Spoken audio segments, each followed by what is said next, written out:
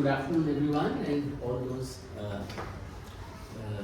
persons who also joined online. Welcome to the historical working series that we started last year, and I must say that we've been able to sustain it, and we will continue to do so to the rest of our abilities. In this series, we have a talk every month. In this month, we have Professor Dhirendra Dangwal, who will speak to us about Dehradun. Normally people say that, the speaker doesn't need any introduction. I think I'll say that he needs an introduction purely because of the range of his interests. Although, his main work, I would say, is in the sphere of environmental history. His book came out from Cambridge University Press 2009, 2009-10, and his book, the title of his book, The Himalayan Degradation, Colonial Forestry and Environmental Change in India. Since then, Professor Dangwal has published extensively his areas of interest, apart from obvious, theme of environmental history, on the related theme of scientific forestry, sustainable development. He has worked on pastoralism. He talks a lot in his work about livelihoods, migration patterns, and so on.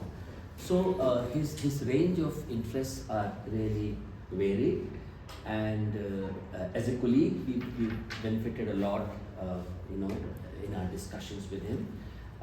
Today, he is going to speak on Dehradun, and this is something which I believe he's been working on for quite some time. A history of Dehradun, if I may say, a kind of a history of the town, of the place. And if I may just take a couple of minutes just to set the ball rolling and kind of expect what you are likely to surprise us with, because urban history and the history of towns is an area which I should say in the past 50-60 years has seen some good contributions. As historians and as urban planners, we recall the famous name of Patrick Geddes, the Scottish biologist and urban planner who was in India in the early 20th century, and a very, very well-known person for planning and so on.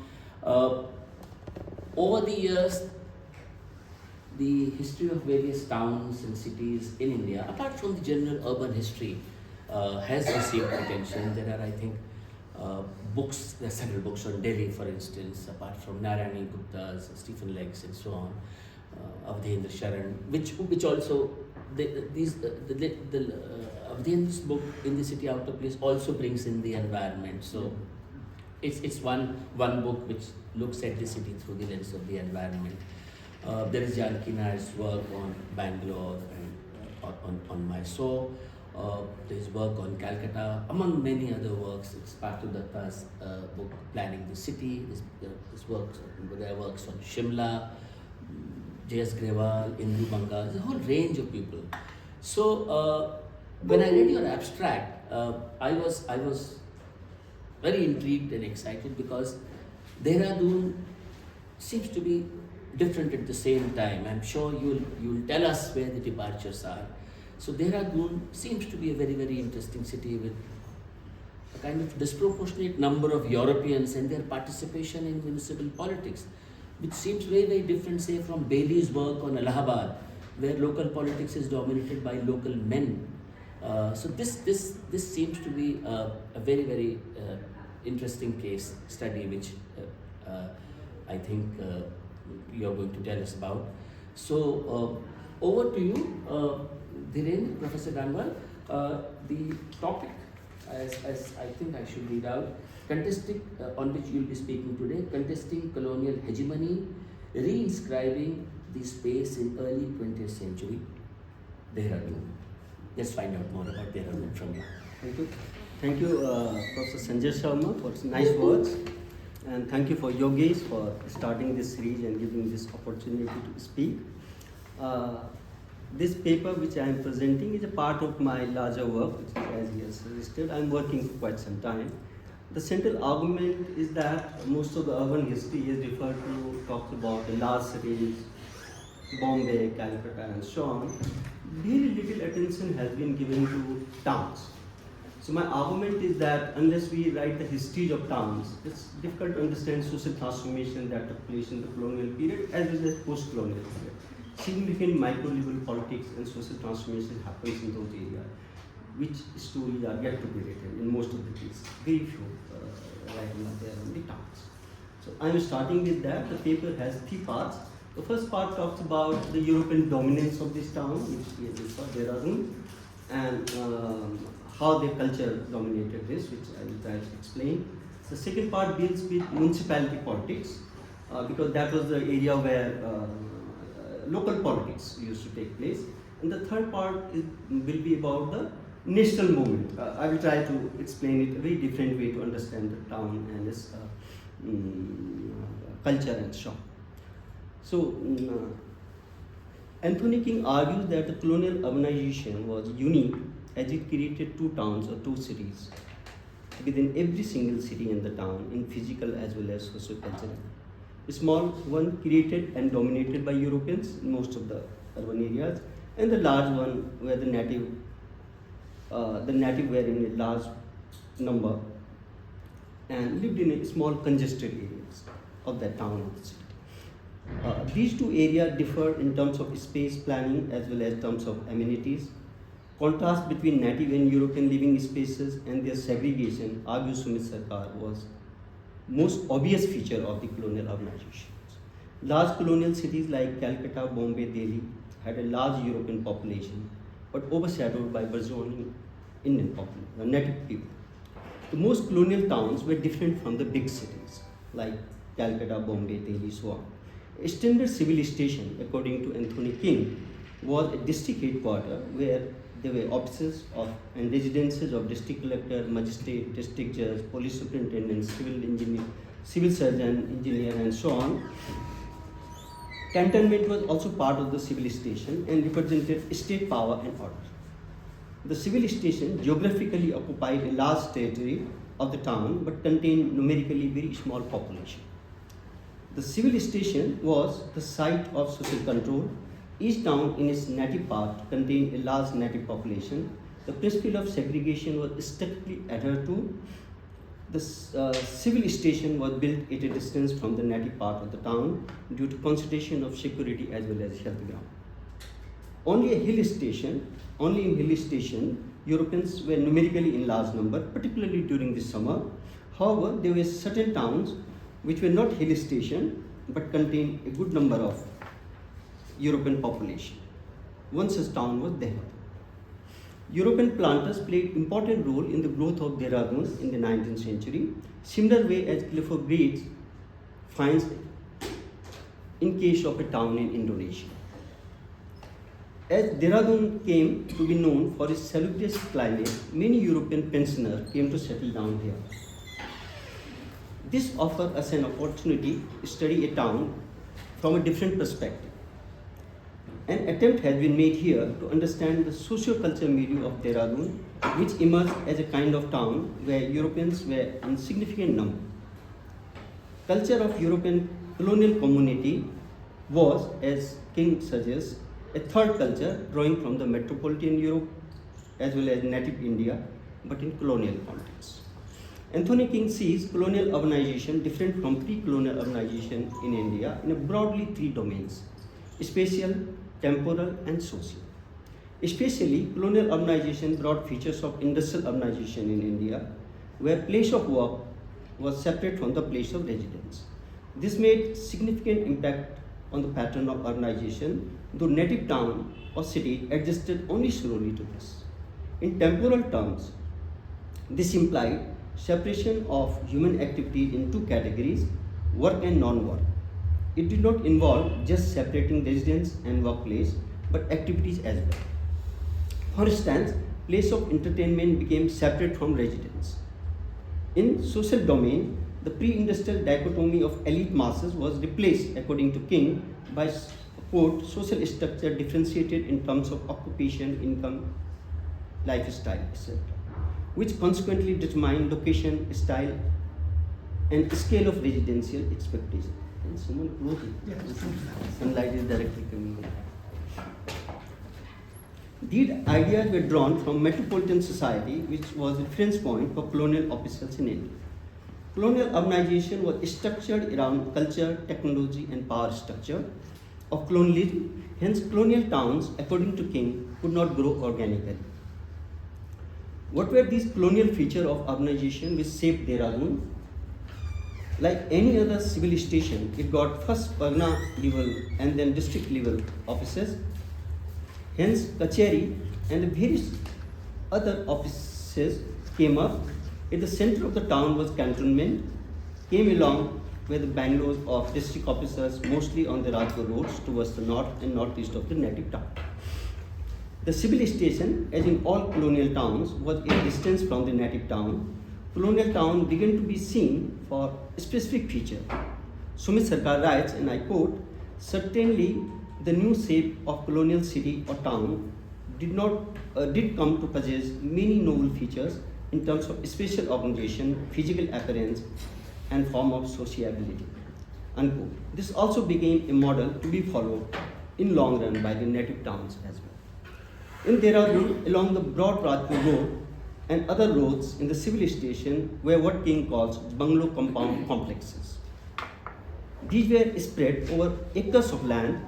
Bungalows were surrounded by compounds containing a lot of things described in detail by Anthony King.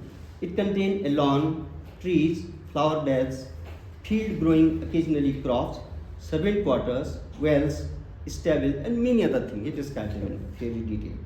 A bungalow itself was on a raised platform with high roof and rooms arranged in such a way that bedrooms could be saved from the direct heat of Indian plains. Veranda was central feature of it. Servant quarters along with kitchen were at the backside. King argues, I quote, the special need of the bungalow compound complex were not limited to the actual ground area covered, but comprehended a much larger spatial environment. The extent of this was determined by the value system and the worldview of the colonial culture. Unquote. All these features of compound bungalow were standardized in colonies like India and became model to be followed elsewhere in other colonies as well. No doubt, King calls the bungalow compound complex as cultural area. Colonial officials had hierarchy, argues King, as strong as caste system. The bungalows were graded according to the official rank and situated such a way as to make one's standing in official hierarchy clear. King writes, I again quote, for members of colonial culture, generous provision of residential space well above the norms obtained for persons of a similar status in the metropolitan society was one of the major compensation for a life spent largely in exile. Moreover, usual market constraints on economic use of land were inoperative in political economy of colonialism. Land was there almost for taking. Dehradun became a tomb of this bungalow compound complex when these were adopted slightly modified form by non-official Europeans and became popular. Later these were adopted by Indian aristocrats and elites in the town as well. The growth of this town from the late 19th century cannot be explained just the way the civil station grew due to expansion of residential and offices, but also due to the European who decided to settle down here. This makes the case of Dehradun interesting study. Growth of Dehradun was fueled by reputation it acquired for certain things. By the late 19th century, it began to be considered an attractive and a healthy place for Europeans. It had the advantage of mild, salubrious climate, neither very hot in summer nor very cold in the winter. It had various similarities with hill station, though it was not a hill station. However, what made European influx possible was the extension of railway line from Haridwar to Dehradun in 1901, shifting of capital to Delhi later, and its proximity, Dehradun's proximity to the capital was possibly also made it an attractive choice for European settlers. These factors worked in favor of setting up many imperial institutions here. Most prominent of these were the Trigonometrical Survey of India, which was a branch of Survey of India. First, College for the Forester to train subordinate staff of forestry. Later, the Forest Research Institute. Then there was the Royal Military Academy, which was to train the boys of princes all over the India, and they were brought there and trained. And later on, the Indian Military Academy also set up in Dehradun, which is now trained basically to the officers. There was also Railway Officers Training Institute there, and there was Viceroy's bodyguard used to stay in Dehradun during the summer. So all these institutions, why I'm mentioning, the space they covered in the town. There were huge campuses of these places, and therefore, though it was a small town, its civil station was very, very large compared to any other town of a similar size.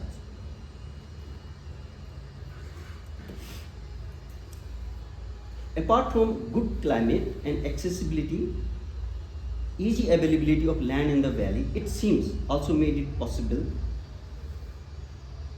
to set up so many institutions here. However, as the town grew, it began to be recognized as a good place for living, and Indians elite and middle class also flocked. Apart from those who came for jobs, for living, people came in a large number for settling down after retirement. The appellation used for Dehradun as early as the first decade of the 20th century were the place for pensioner, for holiday maker, a place for scientific institution, and many other terms were used. Later it also came to be known as a place for Buddhist schools.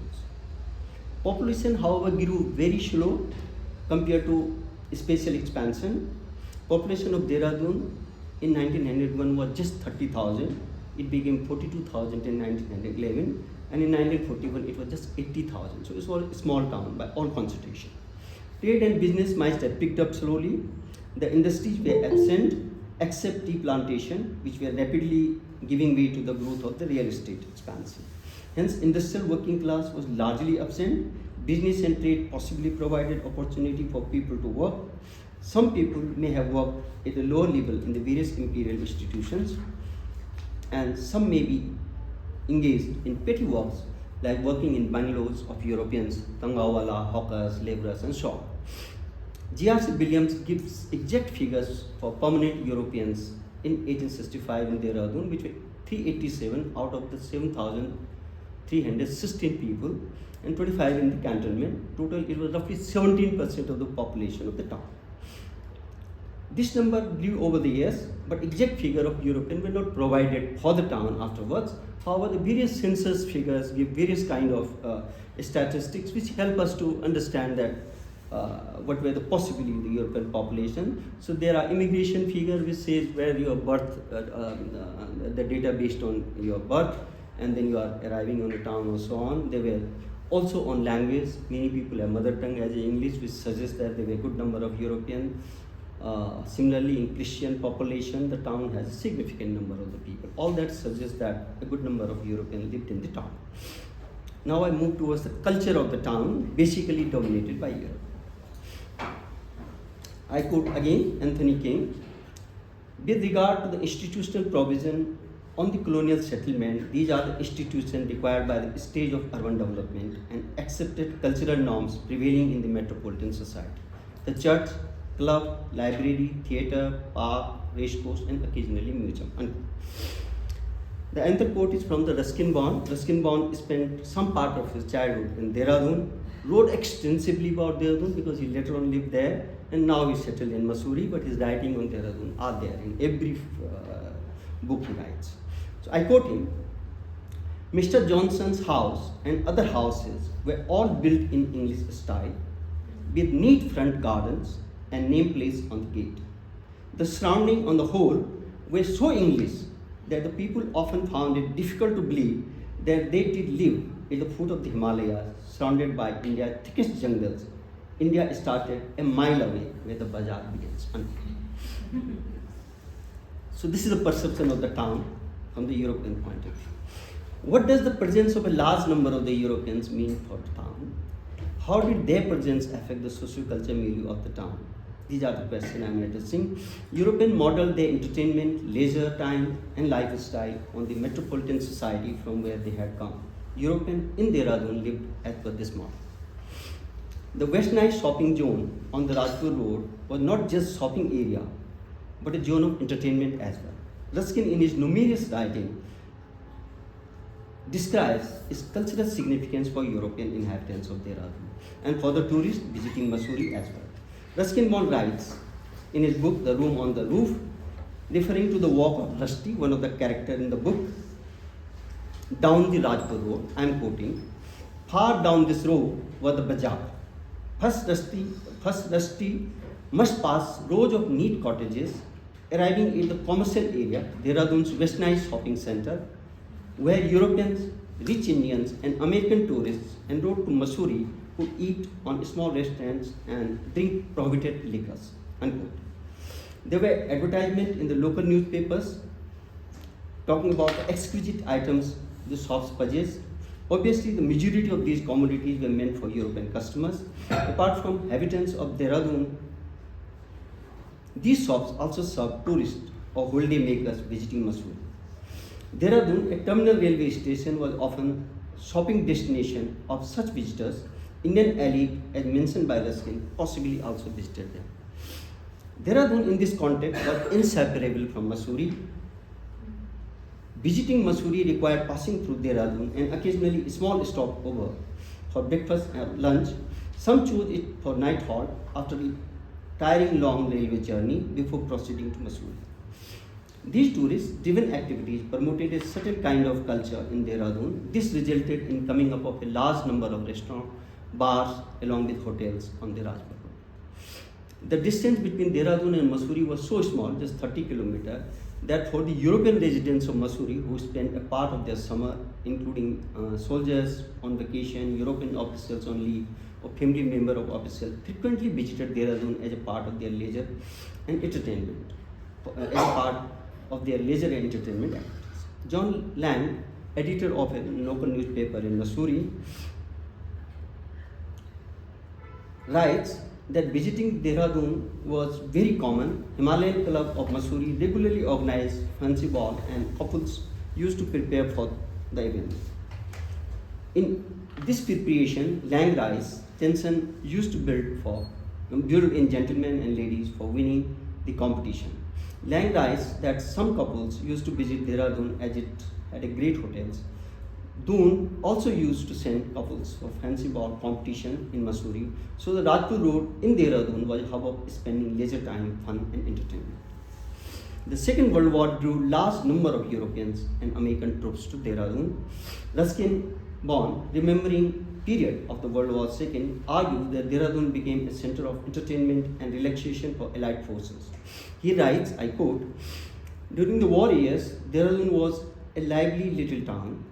It had been made a recreational center for war-weary Allied troops, and there were large contingent of British and American soldiers stationed on the outskirts of the town. As a result, caves, dance halls, bars, and even the couple of nightclubs sprang up all over the places, and subsequent revelry continued until the early hours of the morning. Unquote. Soldiers danced with Anglo-Indian girls looking for romance, but this often led to the brawl between British and American soldiers. And Ruskin argued that this was one of the reasons was that American soldiers were paid much higher than the British soldiers. So jealousy was there. So now I'm moving to municipality. Most of the urban history see municipality very, very important, and municipality was seen as a nursery for politicians. Election to municipality was also a stepping stone for membership of the provincial council, hence politically very, very significant. Chris Bailey argues that colonial state for controlling the rural areas depended on landlord, jamidar, talukdar, etc. District administration often consulted these local magnates while administering villages. However, in urban area, they did not find easily such reliable, influential people. Officials initially relied on head of extended family groups, heads of caste, community, religious groups for administering and settling dispute in urban area. However, Influences of such leader was confined to small groups. Douglas Haynes called them notables of the area in case of Surat, and Bailey used the term rais for such notables in North India. Most of the rais were rich people with background in business and trade, but mostly in banking, and they had credit relations with a wide range of groups, like retailers, traders, artisans, peasants, and so on. Rais were also involved in philanthropy, opening a school, or building temples, but most importantly, funding large functions on festivals. Most of these rais also purchased land to acquire social status. They were made honorary magistrate by the British, and as a part of the devolution of power, when municipalities were created, these people were nominated to these institutions.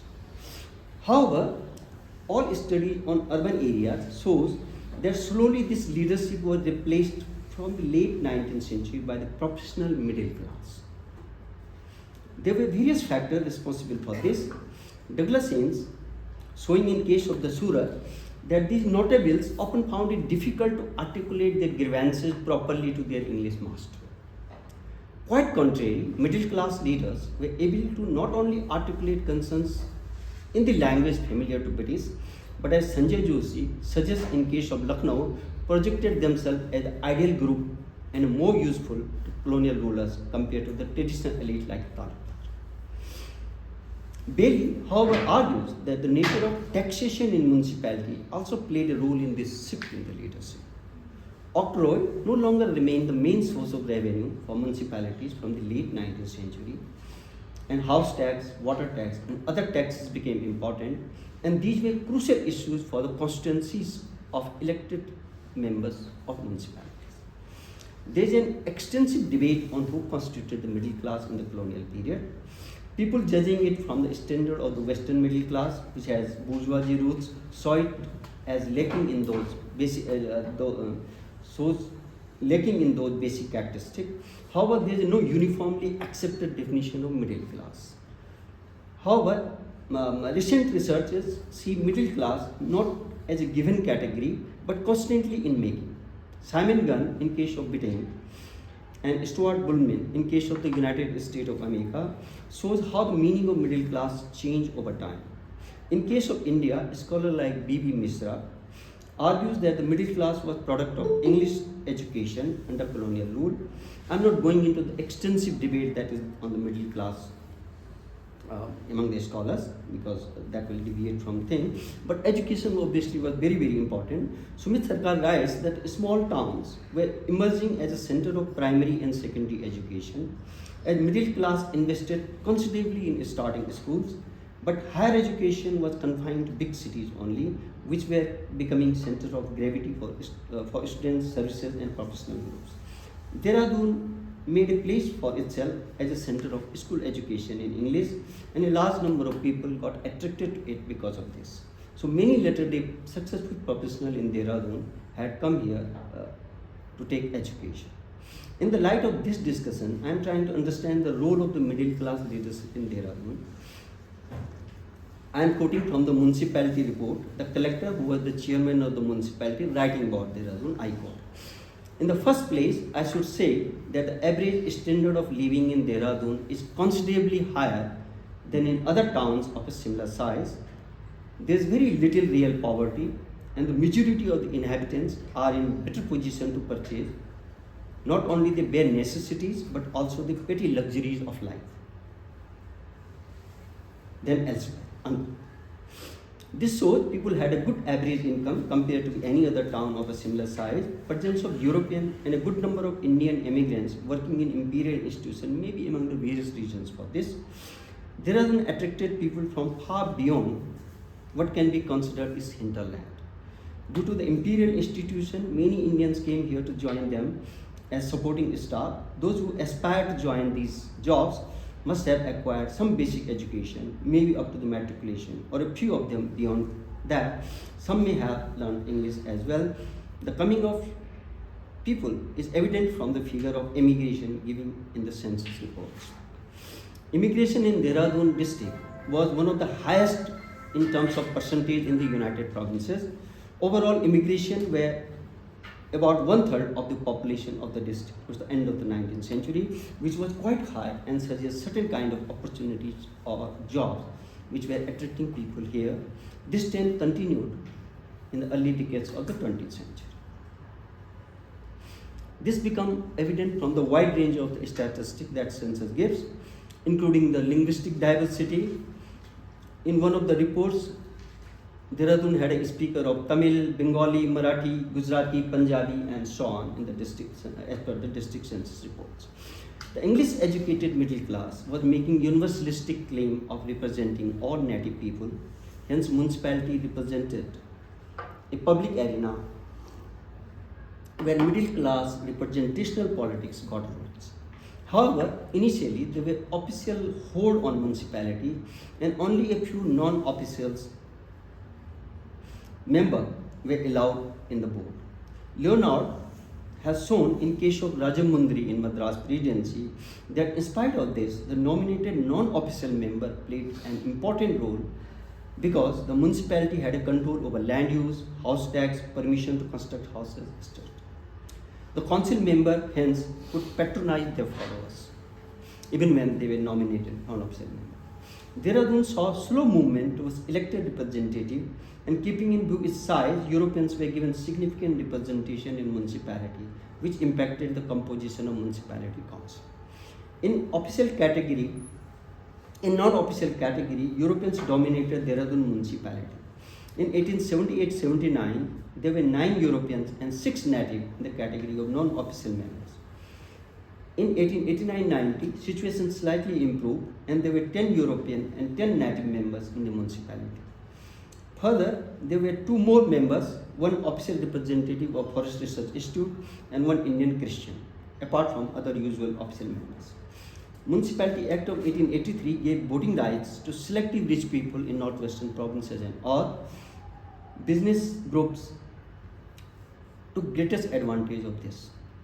Until the beginning of the 20th century, there were businessmen, traders, and a few professionals who were close to the government who were nominated to the Dehradun municipality. These people for very long dominated the municipality. Robinson argued that in UP in 1907, landlord and jamidar held 39% seats in municipality. Men in profession and government services held 42% seats, and commercial men held 17% of seats. This was true also for Dehradun.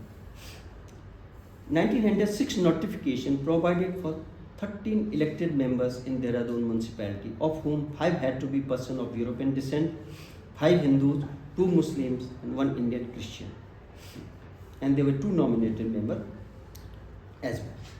Some businessmen or a lawyer were member of the municipality for many years, starting from 1893-94. For example, Lala Pratap Singh and Lala Baldev Singh. From late 19th century, Lala Ajit Singh, Babu Jyoti Swarup, Lala Jugminder Das, Pandit Anand Narayan, Lala Balbir Singh, नाम से ही पता चल रहा होगा आपको, they were either elected or nominated member of the municipality for many years. Majority were men of commerce and business who had also purchased land or tea gardens. In 1910, Government of United Provinces moved towards non-official chairman in municipal board. This was first allowed in 17 large cities and towns of the province. 16 more towns were allowed from 1912, and the rest were allowed to elect non-official chairman after 1916. Bailey argues that when it was implemented from 1913 in Allahabad municipality, the Anglo-Indian and Muslim members expressed serious concerns about it. Similar concerns of European members may have been reason for delaying non-official elected chairman in Dehradun municipalities in 1919-20. The 1916 Municipality Act changed the composition of Dehradun municipality. It was now composed of 17 members, 5 members elected by general electorate, 5 elected by Europeans, 3 members elected by Muslims, and 1 nominated by Forest Research Institute, and 1 Indian Christian. The shift towards dominance of professional in Dehradun municipality was slow. The first Non-official chairman of the municipality in Dehradun was Pandit Anand Narayan, who was a Rais and already member of the municipality for many years. He was succeeded by Rai Bahadur Ugrasen as an elected chairman of the municipality and remained on that position for many years. He was a lawyer but belonged to the leading Jain business family of Dehradun. The character of municipality slowly changed. New set of elected members, mainly congressmen, entered the municipality. Afterwards, the election of municipality became fiercely contested. After the withdrawal of the non-cooperation movement, the Swarajist contested election and 4 of their members won seats. These were Bulaki Ram, Manjit Singh Rathod, Bihari Lal and Dwarka Prasad. These were new set of members, but they could not get their member elected as chairman. The Congress party-led municipality was first constituted in 1935-36, many years after other towns. Khurshid Lal replaced Rai Bahadur Ugrasen as the chairman. He continued till Congress decided to resign from the office at the beginning of the World War II. The municipality politics in Dehradun until 1920 operated within constraints. Political activities were slow to pick up. There were elections for municipalities, but overall, very few people participated in this process. The municipality could not fully emerge as a place to challenge the official and European dominance in the town. Now I shift to nationalist politics, looking primarily at how they change the scenario and how they retailize the town, means expressing themselves in the public place. The national movement was getting roots slowly in Dehradun, and nationalists started occupying public spaces from 1920. A town whose public spaces were dominated by Europeans, this was a new development. By 1920, nationalism was on rise. Slowly, mass mobilization and public demonstration became a norm, and nationalists started hegemonizing public space. Janki Nair writes about Bengaluru, I quote, the gradual emergence of the forces of nationalism in the early 20th century re-inscribed the space of the city in specific social and ideological ways. Unquote. Bicharanandji Saraswati spread the message of home rule of Tilak in the 1960s in Dehradun, a lone person or 1 or 2 followers. Similarly, some young leaders wanted to oppose the Rowlatt Act and wanted venue to organize meeting. But it was difficult to find a place. Ira Samajist Jyoti Swarup, who was a long time member of the municipality, gave his Jyoti Sadan for the meeting. The meeting was attended by a few people, including Bulaki Ram, Devratan and Balakrishna and so on. Only around 1920, political activities increased. We are not interested here in examining the political movement in detail, but focusing on a few events in which the Congress leadership attempted to defy government and came into direct confrontation with it, mainly with the objective of mobilizing large number of people to occupy public space. The first large-scale district-level conference of Indian National Congress was organized in 1920, through which it registered its presence by mobilizing people in a large number and holding conference in spite of the opposition from the district administration. Through this meeting, the Congress occupied public space for 3 days, in which many people directly or indirectly associated with the party participated. The Congress workers were collecting Tilak Fund from the beginning of the 1920s. Many congressmen wanted Tilak Bhumi in Dehradun, for which they found land. On this land, they wanted to build Congress office, but they could not get this land, hence the building could not come up. But designated Tilak Bhumi was used by congressmen to assemble and start demonstration later on many occasions. For district conference, local leaders decided to invite Jawaharlal Nehru to chair the conference. There was a context in which he was invited to chair the conference. Jawaharlal Nehru was staying at the Savoy Hotel in Mussoorie in May 1920 with his unwell mother and wife. However, the secret negotiation for formation of the government in Afghanistan were being carried out in this hotel. When officials came to know of Nehru's presence, he was asked to leave. There's a story after that which I am skipping. The local Congress leader had taken it as an insult and chose Nehru to preside over the conference. Lala Lajpat Rai, another Punjab leader Saifuddin Kichlu, Himachal Pradesh leader Satyanand Stove, Asaf Ali were other prominent leaders who present in this conference. Though this was a district level event, but it was organized, claims Nardev Shastri, a leading congressman of the town, like a provincial conference. Many businessmen and commercial interests of the town that do not openly enter into the politics supported the conference financially. Chris Bailey talks of a similar financial support, financial and other support of Congress session in Allahabad in 1888. People were being mobilized in Dehradun for the conference since 1919. This conference helped in spreading the message of the Congress party in the hills in other nearby districts. The conference, it is argued, resulted in recruiting many youths in the Congress and helped in strengthening its organization in the 1920s. Important leader who joined were the Dwarika Prasad Raina, who left his practice of law, Bihari Lal, who resigned from the job in Survey of India, and Manjit Singh Rathore, who came to Dehradun after completing his education in the Banaras Hindu University, and others. To oppose the visit of the Prince of Wales in 1921, Dehradun observed a complete strike. According to Shastri, laborers, Pangawala, Kuli, all participated in the strike. In Mussoorie, coolies refused to take luggage of Europeans, causing considerable inconvenience to them. When Prince of Wales came to Dehradun, similar strike welcomed. A big public meeting was held to oppose his visit. 500 volunteers got themselves registered for the Bardoli Satyagraha, which was to be launched in Gujarat as a part of the non-cooperation movement. However, it could not take place as the movement was withdrawn after the Chora Chori events on 5 February 1922. Looking at this enthusiasm of the people, administration ordered leaders to discontinue propaganda and mobilizing people. The administration imposed restriction on any meeting or gathering in the town. The district administration was upset the way the town was becoming center of the political activity. So the leader decided to have a meeting at Harrawala railway station, 5 kilometers east of the town.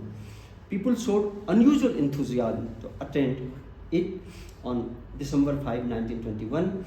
A leading congressman of the Western Doon got a large number of volunteers collected from his area of influence and marched across the town through civil station towards Harrawala. The meeting was held at the railway station and was chaired by the Fakhruddin Farooqi.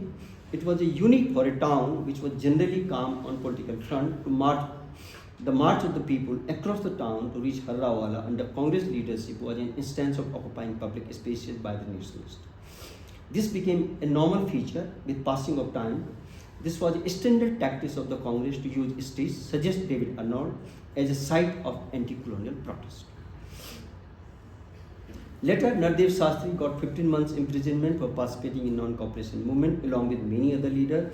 In protest, Congress leader Bulaki Ram organized a big public meeting at Tilak Bhumi in spite of the opposition from the district administration. In the new context, some of the influential pro-government leaders were changing positions now. Jyoti Swarup, a long-term member of the municipality, gave his Jyoti Sadan for meeting against the Rowlatt Act, as I have already mentioned above. He later started national school and other during the non-cooperation movement.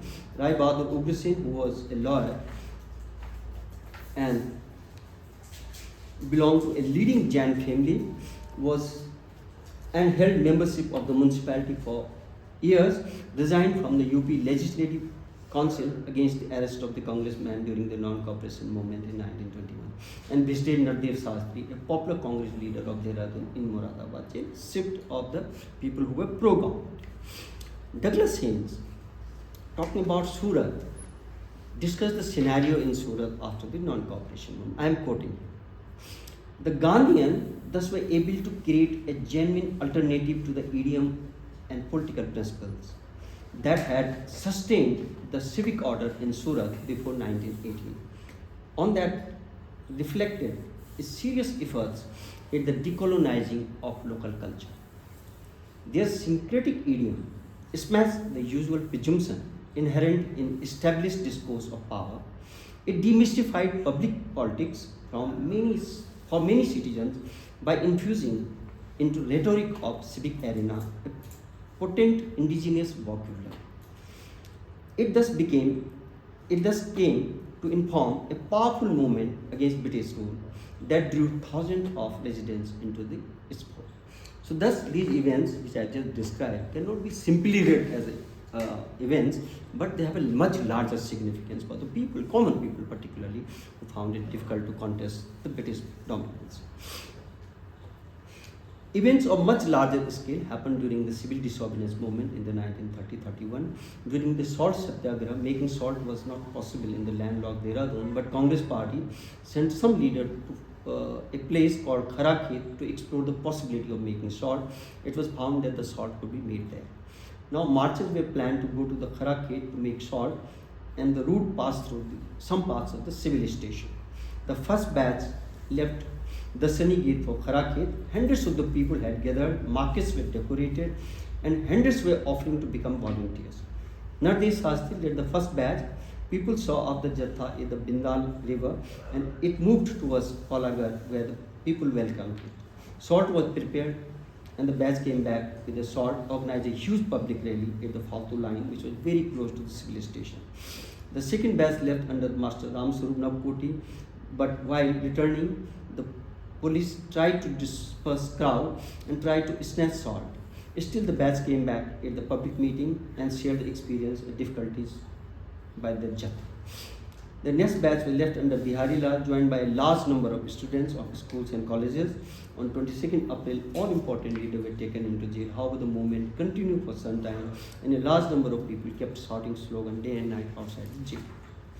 The movement continued, and more leaders were sent to jail, but attempt to prepare the salt continued along the protests all through the May 1930. Congressmen during the civil disobedience movement also opposed auction of the forest produce, and the forest department had to be sell their auction cheaply, suffering the loss of 3 to 4 lakh rupees. Events of 1942 were not different. On August 9, 1942, Nardev Shastri and his colleagues came to know the arrest of the Mahatma Gandhi, so they had a meeting at the house of Khurshid Lal. These leaders were quickly arrested. As soon as the news of the Quit India movement reached Dehradun market observed Hartal, people protested violating property order. More than 300 people were arrested and sentenced to jail, and collective fine was imposed on them. DAV college students took a procession. They were arrested at the railway station and were released 10 kilometers away from the town from where they walked back. Similarly, there were multiple arrests, and since we all of us know that Quit India movement was not allowed to start by the British, and most of the people who wanted to mobilize people were arrested and sent to the jail. So in the conclusion, I want to say that after 1920, the town saw many agitation, demonstration, public meeting, violation of the government laws for which the people were sent to jail. The politics moved beyond the municipality and took the streets and the roads, where the people of all classes, caste and religion participated. Through these movements, the spaces of the towns got re-inscribed. Thank you. Thank you, Professor Dangwal. That was very stimulating and interesting, and I think I'll take questions, comments from the audience here. You can also check if there are any online comments or questions later on. So the house is now open and the floor is open, and please, anybody would like to come in? Sir. Yes, please. So maybe I'm late or I couldn't get it. But what is the exact argument? How far, what is the uniqueness about Uttarakhand and the anti-colonial movement in Uttarakhand actually, compared to other places, other cities also? But one thing is that it is mostly colonial, the Europeans are living in the town. Apart from that, what is the unique, peculiar about the anti-colonial movement in this town? And compared to other places like Delhi, Calcutta and Madras, what is the uniqueness about the anti-colonial movement here? That is the first question. Secondly, apart from the anti-colonial Congress movements actually, when the European come, like they settle down, they have their own Indian laborers who they employ as butler and other cook and other things actually. So, is there any kind of associational activities with this kind of laborers, apart from this nationalist politics? What kind of other indigenous associations and movements sprung in this Uttarakhand, given that considerably it is European population? Related to butler and other workers, any other movements, association, where are they coming up also? Other public life, apart from the nationalist politics. These two questions. You have some more questions? I would like to respond. Well, Okay. one has to understand that in the urban context. So the first part I have seen that how basically the Europeans saw the town and the way the municipality were composed and all that suggests that by and large they wanted a comfortable place where nationalist activity do not take place. It was a challenging task to build up these kind of things. It's not about Uttarakhand. Uttarakhand has a different trajectory of the national movement. It's only about this town, how the national movement is emerging, or how the municipality politics, as I have shown to you, was slowly picking up. The Congress is only occupying that very day, which shows that they visibly they do not say anything. But the official policy are such that it will not be easy to start these things. That becomes evident if you carefully look into it. Okay. So these political movements, as you have seen, were not easy to carry out there. However, the nationalist power, of course, was there as it was in any other parts of the country, and in each urban area, this has a different dimension. Okay. So in this case, we see that because I am not looking just this one aspect in that urban context, looking at multiple things, but even in this way, I see that the people defying and coming out was significant and important. In the situation where we cannot read the European mind. I have just talked about their culture. But the safety and security of the European were big paramount for the British. And when the large number of Europeans choosing to live there, they basically claimed that this will be peaceful and quiet place to live in. And that's what they did right up, even after independence when they left in a very large number. But that was one of the fear that we cannot be very safe and secure now here. So that kind of movement, when you can go into the civilization, and several other transformation happening afterwards, which I have not covered here, are basically a signal that now nationalists and people can assert themselves, which they were not doing earlier. So that itself is a significant indicator. It will not happen a day-to-day violence or day-to-day opposition. That's not possible. Even the national movements have bits and pieces. This will happen again after 10 years or something like that. Those gaps were there. But even posing these kind of challenges, in a way, pose certain kind of, what can say, the challenge to the dominance or challenge to the hegemony of the British. And if you look at the town's planning and all that, which I have not covered here, that is also became more flexible. The Indians are moving now more in the civilization where earlier there was a resistance of that kind, or several other activities are also happening. So these are signals which result in certain kind of changes happening at a very slow pace. As I have quoted from others in the Surat and elsewhere as well. These movements, prior to that, there was not a dominance of this kind because the Europeans were hard there. But even otherwise, the way the character of these movements is changing, the people are becoming more confident, and even the lower class people are participating them forcefully and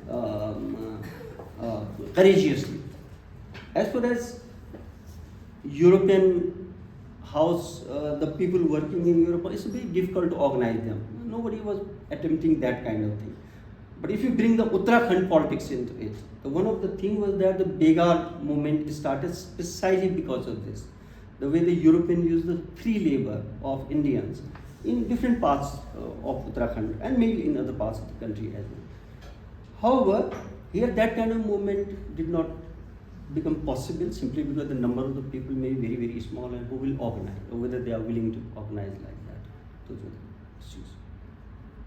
Can I? Yeah. Yes, please. Yes, Dhirendra. Thank you, Dhirendra. That was interesting for people who don't know much about Dehradun. So I was just trying to draw some parallels with my own place and all. So I have two small questions. One is about the municipality, the composition of municipality itself, because you gave a very interesting kind of demography of the municipality.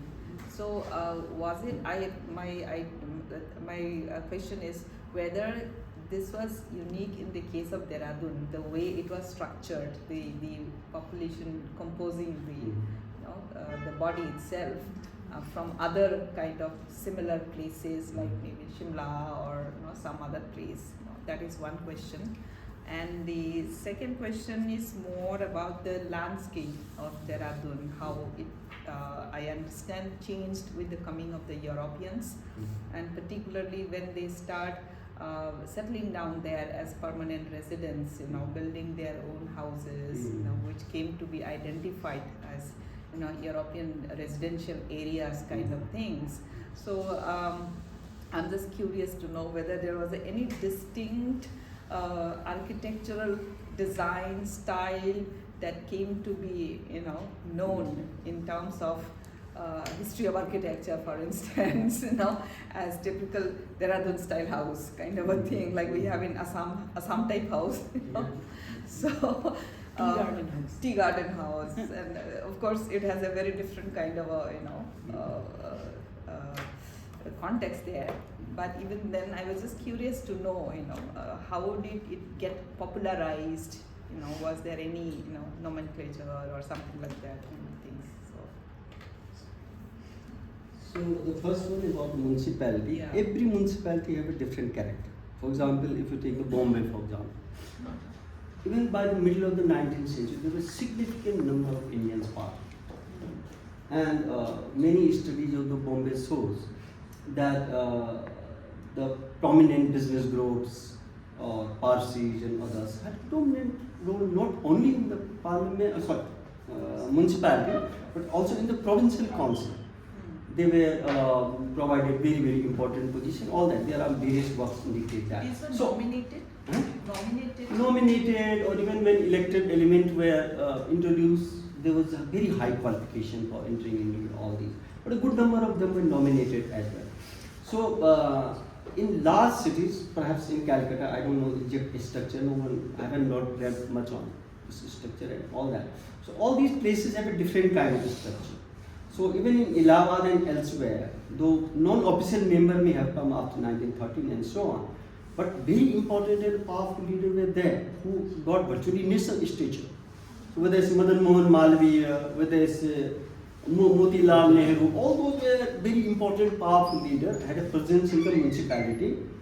Whether government is still control it, not allowed budgetary or those, all things.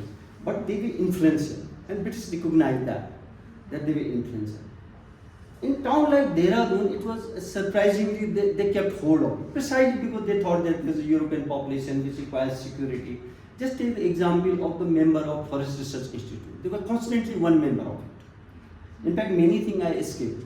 There was Afghan ruler, after deposing from Afghanistan, they stayed in Dehradun.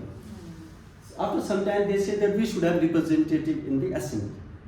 So for many years, later on, I haven't seen his name, but for 20-25 years, he was also a member of the of the municipality of Dehradun. So the composition was very, very different.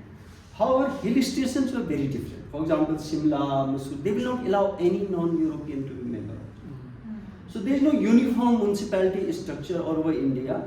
I have given, for example, you what was happening in Northwestern United Provinces, but still those things were not implemented in every town same way.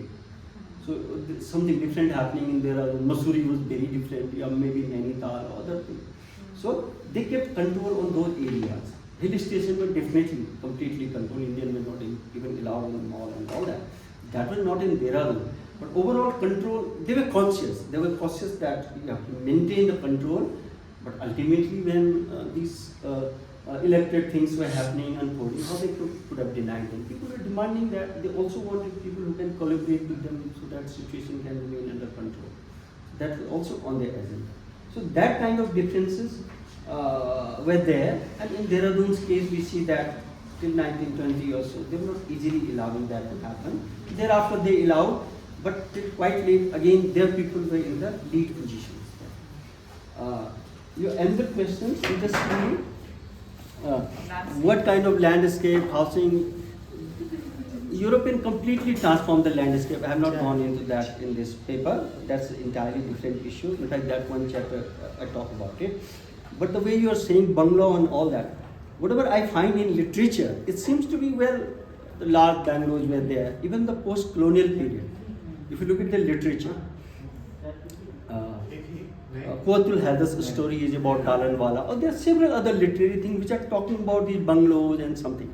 So what was unique about Dehradun, that it was a small town and the native population was small and confined to the small locations. A large civil station was there, and anyone who is elite or a kind of elite will look into those areas primarily, will get influence from those areas that, well, this is the structure of the town, which was predominant. Otherwise, in a small town, European presence is hardly there. एक दो office है, 4 European है, कुछ है, और the rest of the Indian are everywhere. The markets overgrowing. Here there is a very limited native skill. Had those land stipulations about even about housing as to how much land has to be left for the orchards and so on. Oh. I don't think that was there, but land was so plenty that all of them have used land until the beginning of the 20th century. In fact, there was one estate, I'm not mentioning now name of all those, which has a huge area, 20 biga or 30 biga, something like that. But the demand for, when these people, pensioner and other coming, there's a huge demand for housing. And not all of them can construct them. So there are builders who are constructing houses for them, bungalow kind of houses, not the high rising. And those large estates are now being broken. Smaller bungalows are being, so the size of bungalows slowly becoming smaller and smaller, but they are still bungalows because they wanted to follow that kind of model. But there is no architectural speciality in that. They may be just following those European pattern of things. So I'm like sort of moving aside a little bit. I'm interested in all these, like, so they had all these orchards, horticultural experiments and so on. The botanic garden was there. The FRI came up there much later, but like the initial whatever. So I'm interested in like how Dehradun sort of gets to play a role in that entire botanic research. There's one in Saharanpur, there's one in Dehradun, and that whole belt where they're looking at the Tarai itself, right? In terms of vegetation, in terms of like experimentation. I mean, they bring the tea saplings to Dehradun and Saharanpur first, and then it is taken to Assam. So I'm interested in the way in which it also sort of emerges as this, space for this kind of botanic research. I don't think they were doing that botanical research, but tea was obviously introduced in a very large part, and the European dominance is primarily from there. They came precisely for that because they have two things in mind. One, the grow tea, and will they get the large market for the tea, which did not happen. The another thing is that since large number of Europeans were in Missouri, many of these people believe that they can grow vegetables, fruits, and all that, and of the British kind. Of the British kind to sell into Missouri and so on. So obviously they have large gardens and all that. Cabbages, carrots, exactly. Whatever maybe, they call that agricultural entrepreneurs and all that. For that, British built at least 8 to 7 canals in Dehradun, so that they can irrigate those gardens and so on. But all those dreams, I don't think were really resulted in some kind of that kind of. But so, what kinds of botanic experiments was, say, for example, FRI carrying out? FRI was carrying the national kind of agenda. It was nothing to do with local and all that. Okay. Because they were looking for what it can be used of the timber, different branches of timber, how the forest can be better managed. They were being trained there and so on. So that kind of research was a national agenda. Okay. That had nothing to do with the local agenda. Okay. But the one thing that these all gardens, since I mentioned those imperial institutions, slowly the land passed to these institutions. FRI, how large was it? And the several other institutions has a huge area under their control. So the land was taken from the people. As Anthony King was saying, that land was just for taken. They were hardly given compensation. I have a multiple study of how the people are saying, my mango tree have not been estimated when you have taken our land. These trees have not been taken in consideration. But who listen? They are fighting cases in the court. And then court, what happens. After 5 years, they lose the case and all that. So slowly all those land, in course of time, passed to these institutions, though some of them remain. So very few tea gardens were there by 1930s or 20s. But they were not economically very viable as well. No, they were not, certainly. And the comparison, say, from the hills in Assam and whatever, the elevation was much lower. Yeah. So it was, they're still there. Some of the gardens are still there. Well, they remain for a long time, but not very viable, I think. They were not. Yogesh? मेरा सवाल question of property पे ही है. मतलब I am intrigued. एक तो आप कह रहे हैं कि एक्विजिशन लैंड का है and there is also forced acquisition to some extent, but I am still interested in the question of property कि जब शहर बन रहा है और शहर एक्सपैंड हो रहा है और आप कह रहे हैं 1/3 of population at given point of time or of immigrants and the people who are coming, constantly coming. So how is being property acquired, particularly Europeans? How are they acquiring property? Or non-Europeans, how are they acquiring property? So this has become the interesting question about who owns the area, first of all, and then how you have these entry of immigrants, prospective future residents, and how permanent they are. Do they hold lease rights or they have proprietary rights? How do they settle? Do they become tenants? So, because the nature of the town is also such that it allows immigrants to come in large numbers. How do they get settled there? And Well, there's one aspect which I skipped because that was not the focus, is that towards 1820s and 30s, when these tea gardens and other became possible, the British made large number of land grants to Europe, which were basically lease, but the grants which were given for longer years, 20 years, 30 years, 40 years and so on, hardly any revenue they have to pay, very small, which was for this agriculture enterprises and all that. In that situation, large number of Europeans came to just grab the land. In fact, around 1840s, it was discovered that some district officials were giving land to their own acquaintances, maybe not be directly relative and all that, which then an inquiry was conducted and it was found that this was being misused on considerable scale. So the rules were changed. The rules of granting the land and all that were changed. And the Canning rules, the Canning was the Governor General at that point of time, and new rules were brought in. So what is very interesting part of Dehradun is that, which I have skipped, which comes into other chapter, the early part, because by and large the land was not being cultivated for a variety of reasons. Hill people did not like it because it was a kind of a malarial tract, and other people kept coming or leaving, so population was very, very low when British acquired. And the reason for that was, it was a contested area. From Nahan on that side, the princely stayed there. Saranpur, there were other kind of rulers who were there. Even the Sikh constantly made raids during when there was a war going on for the supremacy and all that. So this valley, constantly getting raiders and fighting happening in those areas, they are looting or something happening. So population seems to have considerably came down before the British came. So there were huge land available, which they constantly talk about.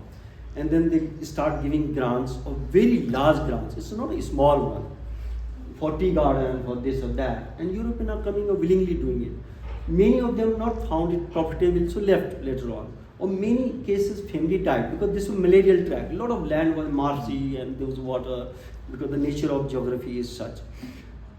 But slowly, ultimately, they were able to turn that land productive for a variety of regions, and later, as we see, it's more becoming a kind of real estate booming kind of thing. The migrant I am referring to, if they are employees in these areas, in these institutes, then they have a housing and all that for them. But another set of migrants who are coming and are ambitious, they are getting land. If they have a money, then they buy from the Europeans who are selling their land or something like that happens. Or when the large estates are being divided, even the Europeans realize that what you will do with 20 big of land. If the plantation is not successful, then they will like to sell the land, this or that, whosoever want to buy. So the many new middle class, successful lawyer and other are buying land from them, or becoming a large landholder and then building houses and so on. However, the poor people remain confined to the small area. The property of that area does not change much. Their houses are congested as usual, and I don't know what they may be paying for living in those areas. Maybe very, very cheap. Dhirendra, I had a question about the emergence of nationalist politics, and it also sort of it pertains to some sort of background factual information.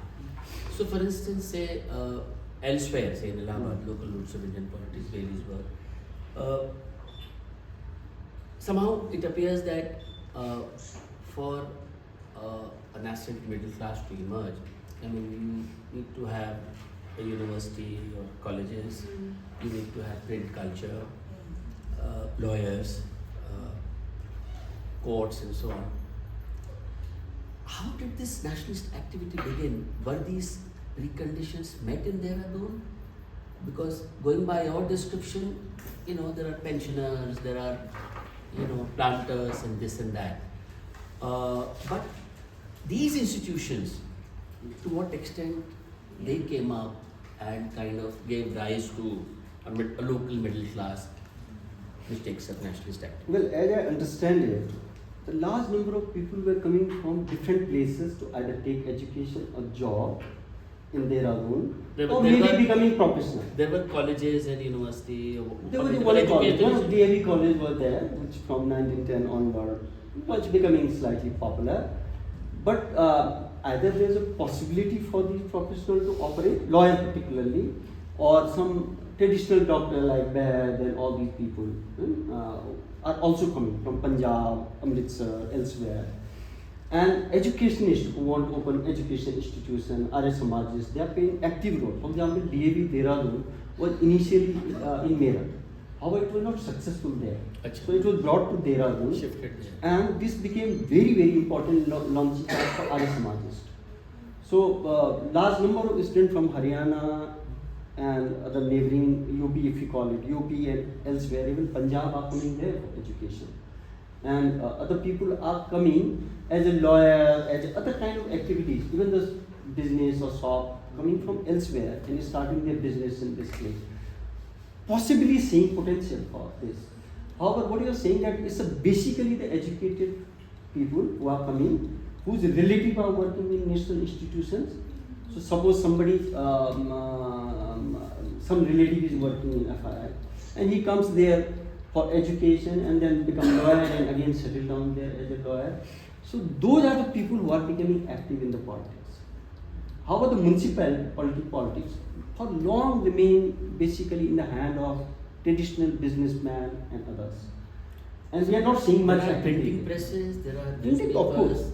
There were not many, but there were some. There were some. The The court printing was, press. court was in Dehradun or was it in Saharanpur? The district office, it became the district headquarters by 1870s. Okay. Wasn't like wasn't it in Saharanpur division or whatever for a while? Wasn't it? It was a part of Saharanpur district till roughly 1878 or so. Yeah. Thereafter it became a separate Then district. it became a separate district.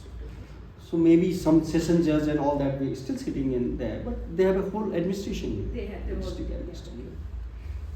So Yeah, you wanted to complete. Dhirendra, you wanted to I'm saying that those were the people who were active. Actually. Basically, I seen lawyer and other kind of people, but some who are practicing like medicine and other. And very surprisingly, some of the leading Congress leaders were basically Arya Samajists who were active in Haridwar, occasionally coming Dehradun for political things. I don't know why the Haridwar was not a place for their politics. So all the name I mentioned selectively, those are the people who are moving between Haridwar, Dehradun, this or that, and some of them have a religious kind of inclination, but very active in the politics of Dehradun. Like this Shastri I mentioned you, he was the head of this Gurukul Kangri. And whenever there is a possibility of national movement, he comes to Dehradun. He is an effective leader in Dehradun. And another leader he is a Baidya from Amritsar, who settled down in Dehradun. His residence is a main center for all political activities, which was known as Banaspati Bhavan. So these people immigrate from different parts of the country who are doing different things, becoming the center for activity. But later on, after 1920s onward, this is a basically educated class, lawyers and others are participating. Or may have business over there. Or some leaving the government jobs, who were working in the government jobs and then jumping into the national. Did that become Amritdhara Pharmacy? That I don't know. But all these. That's also like has connections with Punjab. The Amritdhara That and Pharmacy. maybe the later generation of those people have done that. I don't know. Huh. His house was Banaspati House, which looks a very strange kind of town, and all the political activities used to happen in that house because they don't have many other places together. and then Dhirendra, first thing. Yes, sir. So I was just curious to know if there was some contestation over sacred spaces in the town. Like I'm trying to draw parallels with the Kali movement because when the bill was passed, even Gandhi hailed it as a, as a nationalistic discourse, a win of the nationalistic discourse. I was wondering if there was certain contestation over the sacred sites and whether they got manifested into the nationalistic discourse, broader nationalistic discourse. And there, if I have to go back to what Sanjay sir asked, there was some connection, some root to the, the development of a nationalistic discourse through that. Well, I don't see anything of that sort.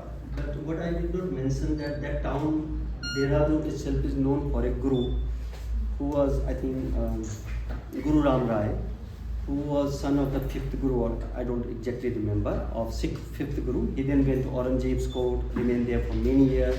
He thought that he will get the Guruship. Finally, he did not get it. Okay, so Aurangzeb asked him to go somewhere, and he asked the Garhwal Raja to give him a land. So Dehradun, as a large chunk of land, was given to that. And that is the most pious place for people in Dehradun, of whichever religion they belong. But that did not directly enter into the politics till quite late in the 1920s and 30s, but not directly. They sponsored different people, different groups and all that. Visibly not directly in the politics, but since they have a huge resources at their hand, so many people who were active in the politics will take the patronage or the resources and all that. The Tilak Bhumi that I was arguing about basically belonged to that temple, which is known as Gurudwara or Mandir. And that has a very central relevance for that town. Till now, it's a huge festival happens when people from Punjab, Haryana, certain part of UP come on just before Holi, and that called Jhanda Ka Mela, which is there for 200 years or so. So that institution is very strong and powerful, but they were not directly in the politics, though they sponsored, because these places also saw certain changes. So the Mahant of the place was very, very important person. That last Mahant before independence, around 1930-40, was the person who got education in the Allahabad University, a very nationalist. And he did not directly enter in the politics because it was a religious thing for which he has to control, but he could guide the people from behind the scene and so on. So that kind of things were there, not openly and that. But all these Haridwar elements of Gurukul Kamri and Arya Samajas, they were mixed up and they used the opportunity to. So, but were there any anxieties in the colonial state regarding these, assemblies and whatnot? Because they did a lot to curtail and have control over religious spaces. They respected this institution constantly and engaged that person in every important official function and all that, giving a lot of respect and all that. Without them, they will not. Suppose governor is coming to Dehradun, so he will be sitting very close to the governor on the front. So maybe this later on Mahant may have a little bit political inclination, but since they were given a lot of respect and the institution was recognized, and the large part of the land which even the European got later on belonged to him as a grant from the Raja on the Aurangzeb's request and so on. So their importance was there. So possibly they respected him so much and took him so granted that that kind of fear was not there. Yes. I have two questions. Since Dehradun emerged as Europeans initiated hill station, and they must have tried to preserve it as their privileged center because they wanted a quiet and peaceful place. So, what mechanism they adopted to perpetuate that hold on this place? So, can you just comment on that? So, the instruments and mechanism they adopted to keep it a place what they wanted it to become for their suitable stay. And the second, and since Indians enter in the scene and from different places, they migrated to just become the political participants in Dehradun. When they brought about issues in their contestation for power with the Europeans through the municipality or other platforms, so what local issues immersed. Because what description you presented is a kind of macrocosm of India or colonial India. And as Arun in the beginning raised the issue that local characteristic is still difficult to access not in easy, the, yeah. what you presented, possibly it is in your detailed discussion, detailed paper, and I assume that it is one of the chapters of your possible book, where another chapter will be on economic aspect of Dehradun, so that's why I excluded economic aspect. That is what I am presuming. So what local issues were taken up, even though these were the migrant political participants in Dehradun's political affair? So the first one, as you are saying, that how they exercise control and how they want to. Or they try to, how they maintain the mechanism, not just to maintain their, to keep their control on the space, but also, for instance, to facilitate their desirable kind of life. So, all over India, urban history shows that it's a municipality politics which became a very dynamic. Even if you look at the Delhis of Narayani Gupta, even in the 1870s and 80s, there are groups and groups who are fighting on the streets, fighting for festivals and so on. And sometimes they are accommodated when elected elements are there, then they enter into municipality and they try to control the municipality through various means. Try to contest with the British on that kind of control. And for example, in case of Allahabad, where Bailey shows that there are powerful leaders, very important jamindar or other kind of people who try to exercise control, which British later on cannot resist, because the whole this decentralization and municipality, they deliberately created that so that the overall political explosion does not take place. And it should be contained within the institution, whether it's provincial or whether this and something like that. In case of Dehradun, the composition of municipality is such that there was no much opportunity.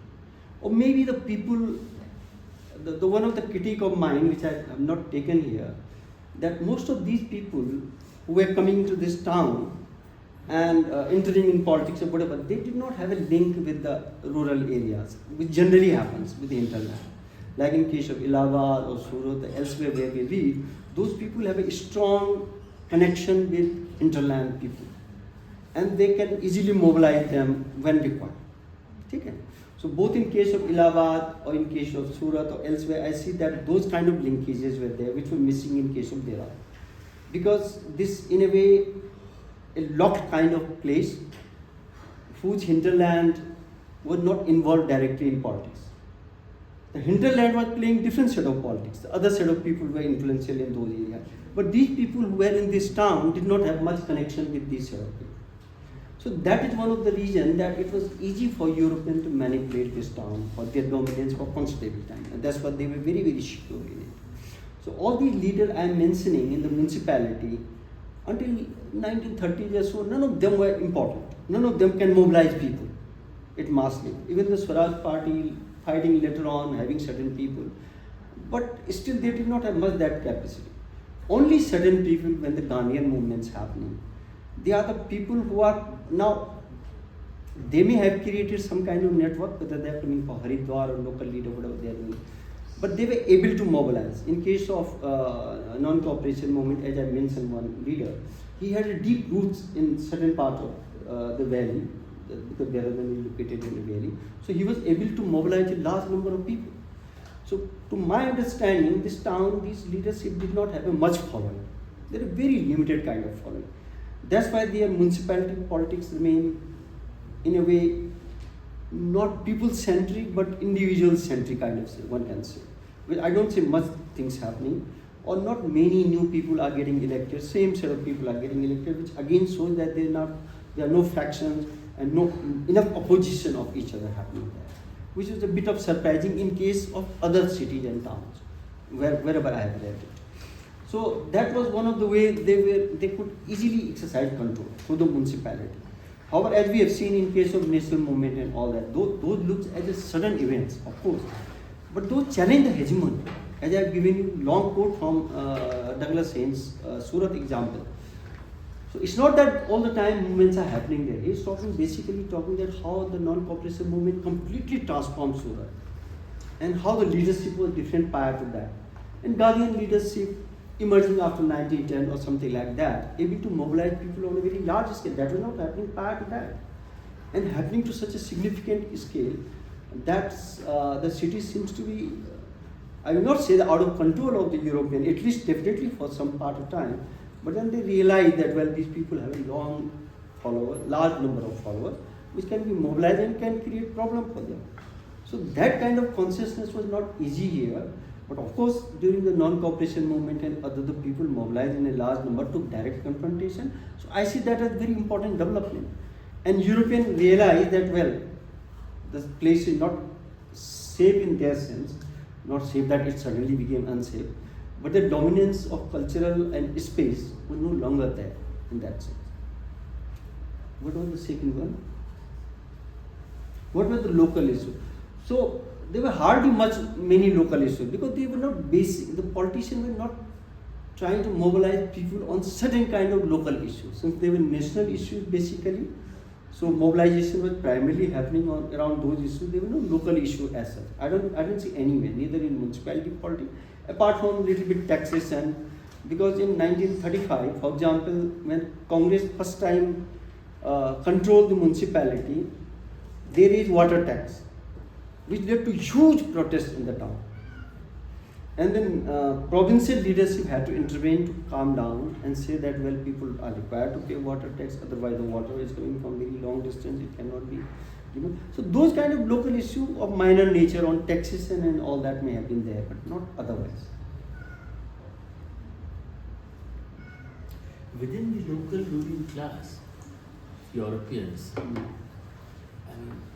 do you sense any tensions, hierarchy, say between Anglo-Indians or white Europeans?